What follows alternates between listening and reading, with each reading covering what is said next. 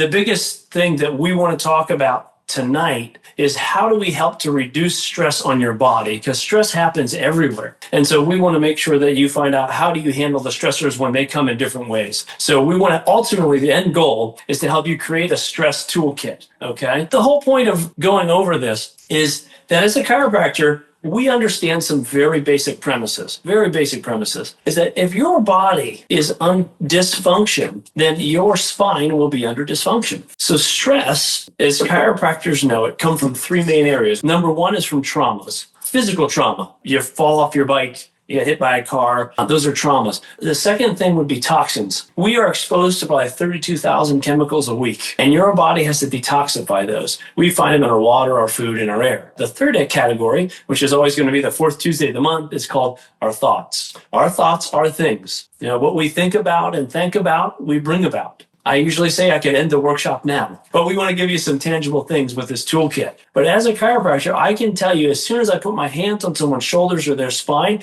I can probably tell you the day that they're having. Based on the fact that their body is reacting neurologically, we're going to talk about it, but it's called dysregulation. When it becomes dysregulated, your body is having to take that stress and put it somewhere. It's got to disperse it along the body. And these subluxations, these misalignments of your body, are just a natural reaction to an overstimulated, overwhelmed nervous system. It has three goals, as usual. The first is make sure we understand stressors, the ways that we may react to those stressors. There are stressors. How we react to them is important. Why do we react to them in certain ways? We're going to talk about that. We're going to talk about the tools, or actually Victoria probably will be talking about the tools to get us, in a state of regulation, to get us out of that dysregulation. And ultimately, hopefully, you can kind of say tonight, I'm going to create my toolkit. These are the couple things I'm going to put in it. So let's talk a little bit about stress. Where does stress come from? Well, me and Victoria are going through this, and I jokingly said, well, if you're in any kind of a relationship, if you ever go out socially, if you're ever outside of your home by yourself, or you're, just outside in our environment, you have stress. So everywhere. Everything can give us stress. It's really what we're going to be calling is that window of tolerance. How do we create that window of tolerance? How do we find ourselves in that window of tolerance? Because anything and everything could stress us out, but it's going to depend on how regulated we are. When you get adjusted, you're more regulated. We take your nervous system and we can tune it down a little bit. We hit the reboot on your brain. A well-regulated response, what does that look like? What does a well-regulated response to stress look like? Well, that's what this window of tolerance is all about. This is a place, really,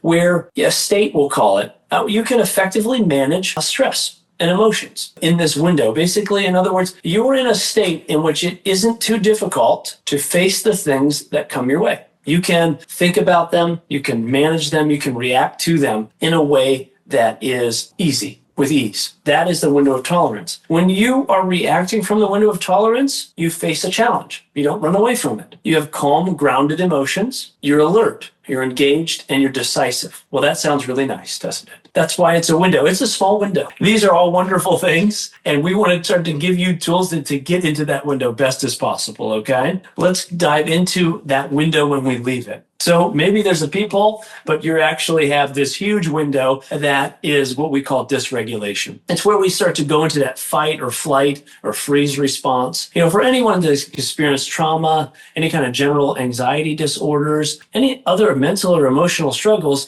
that become very challenging, you know what it's like to be outside of the window of tolerance. You're outside of that zone. You are dysregulated. You're reacting from a place outside of that zone. It's probably more of your subconscious that is a very quick reactor to any stressors that you've had in life. And this is where you go into that more primitive responses of fighting or flighting or freezing. So when we leave that window, there's basically a number of things that can happen. And really the ultimate place we want to live is that window of tolerance. That's this face. We want to be able to face our challenges in a calm and grounded way. But as you can tell, there's 4 quadrants to this. You can be more engaged in your response to stress. You can face it, or you can fight with it, or you can be more disengaged, which just means you're going to freeze. Probably that's going to be in a response that ultimately is probably more of a surrender, more of a numbness, and probably detachment, which is maybe one of the worst things, to be totally detached from something. Or you could be in a flight response, just fleeing the situation. When things get tough, you flee. These are all normal. These are all built in.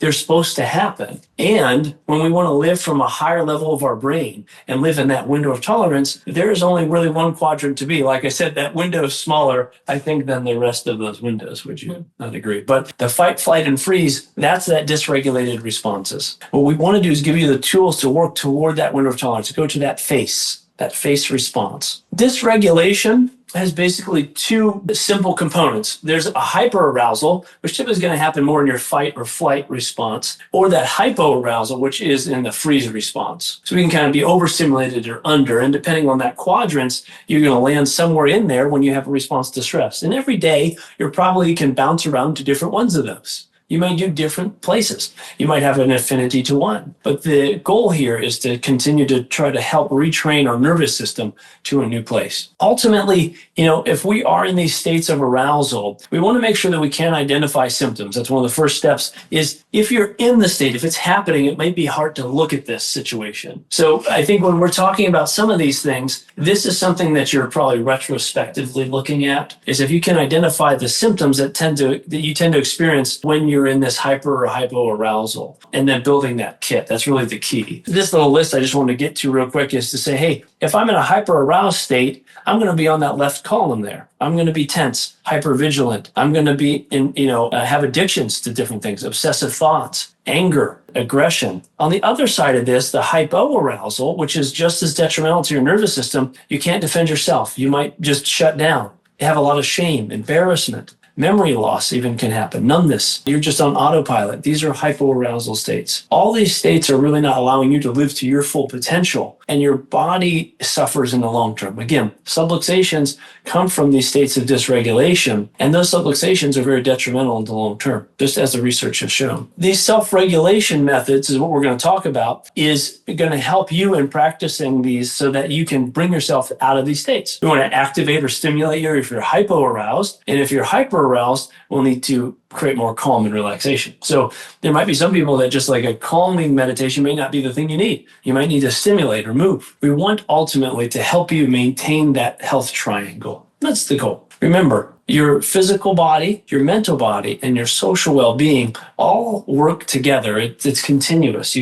One affects the other. You can't just live in one circle always. You have to be helping all circles. So when we maintain support and I would say coordination between those, your body is more regulated. What I would say is if one of these, though, is out of balance, the others will be too. So we have to try to maintain balance in all these areas. And that's why we talk and continue to think about ways to slowly heal and stimulate different areas of that triangle. So how do we widen that window? But Victoria's going to kind of work at helping you to create this toolkit and give you some personal examples of what she's done. Now we're going to plan out your toolkit. So first we're going to start with your container. I personally don't have a container. My stuff is kind of spread out everywhere throughout my home, maybe in my purse, like different places. But here we're going to talk about using a container. So get an old shoebox or something, decorate it, have fun with it. I know I'm going to take this home and tell my daughter about it, and she's going to go wild because she loves to be creative. Make it your own. Think about items that calm you. There's some wonderful ideas there. I'm going to tell you one of my favorites is my essential oils. I have a baggie of essential oils that are in my purse. I never leave home without them. There's ones in there to help if my sinuses get congested, if I get a headache, if I'm getting stressed out. I have little roller bottles, and they are always with me. Diffusers are great too, but these are nice for on the go. I just keep them with me. And they're part of my toolkit. I was going to tell everyone that the nerve that is the closely related to your brain and the quickest reaction to your brain is from your nose to your brain. So the nerve that has the quickest response is your cranial nerve 1. But yes, olfactory. So when you are stimulating that, you're like jumping right into your brain immediately. And that's why those work too. Good. Well, there you go. Also for calming, I have the Brain Tap app on my phone because Brain Tap is amazing. It's meditation. Some of them are just music. Some of them are more talk you down off cliffs if you need that. But there's tons for anything. If you're feeling sick, there's one in there to help, stem cells regenerate and heal your body. I love the Brain Tap. That helps to calm me. Let's talk about items to activate you, because one of the worst things you can do when you're in that mindset is just sit on the couch and watch TV, especially if you turn the news on nowadays, right? Because that's going to stress you out. So get up and move your body. Again, the essential oils are on there. Smell. These all have to do with all of your senses. So, listen to music that you love. I love to put my iPods in, go out and work in the garden. I turn it full blast. Nobody else can hear it but me. And I get out and I work in Mother Nature. And it makes me feel better. So, stress balls are a great thing. My daughter is always walking around with stress balls, squeezing things. She keeps a hair tie on her wrist and she fidgets with that. That helps her when she's in school.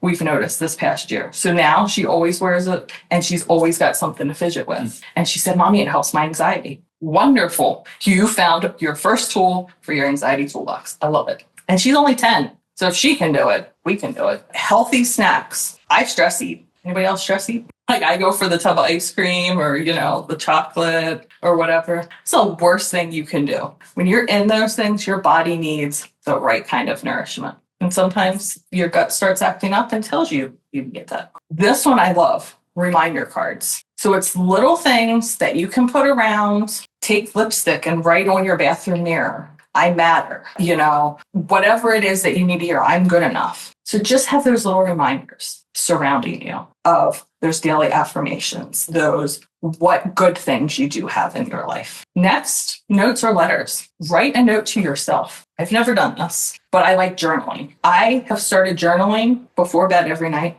I have it right beside my bed. I usually just fill up a page. It doesn't have to be neat. Nobody's reading it. I think maybe 3 minutes is what I do. I know some people say set a timer. That way, you have a stopping point. But I just kind of fill up a page of what's bothering me that day, what I've been thinking about. It really helps to start unpack some of the stuff. It doesn't have to be elaborate. Just do something. Wins. Who thinks they win every day? I don't think I do, but I know I do because there's always little glimmers of what I'm doing in the world every single day, even if I don't think it. And it just reminds you of what you do have to be grateful for. So there's a lot of negativity out there, but there is also a lot of positive. And it just helps reinforce that. If you're trying to kind of look into understanding yourself more, you could go online looking for a kind of a health triangle assessment. Basically, just kind of help you put where is your triangle off center?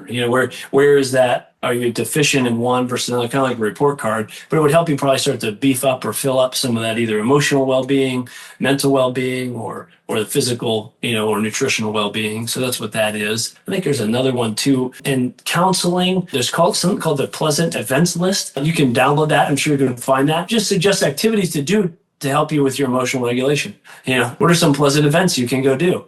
So if you Google that, it's been used in counseling for a long time. And you might give us some tips to just how do you put more of these in your schedule and do those? Well, I bet you the other thing in your toolkit might be on there too. My coloring book. So I was into coloring before coloring was cool. I can remember in high school being that stressed out teenager who always had anxiety. And when I got too stressed out, I would pull out coloring books that I had in elementary school and I would color for hours. It would calm my body. So I love coloring books. I didn't know it back then, but I understand the science behind it now. So here's our challenge to you. Pick 3 things that you're going to put in your toolkit and just start from there. It's not about being perfect. I skip days. There are days I don't do it, but it's about taking the time for you because you are important enough to need this stuff to regulate yourself.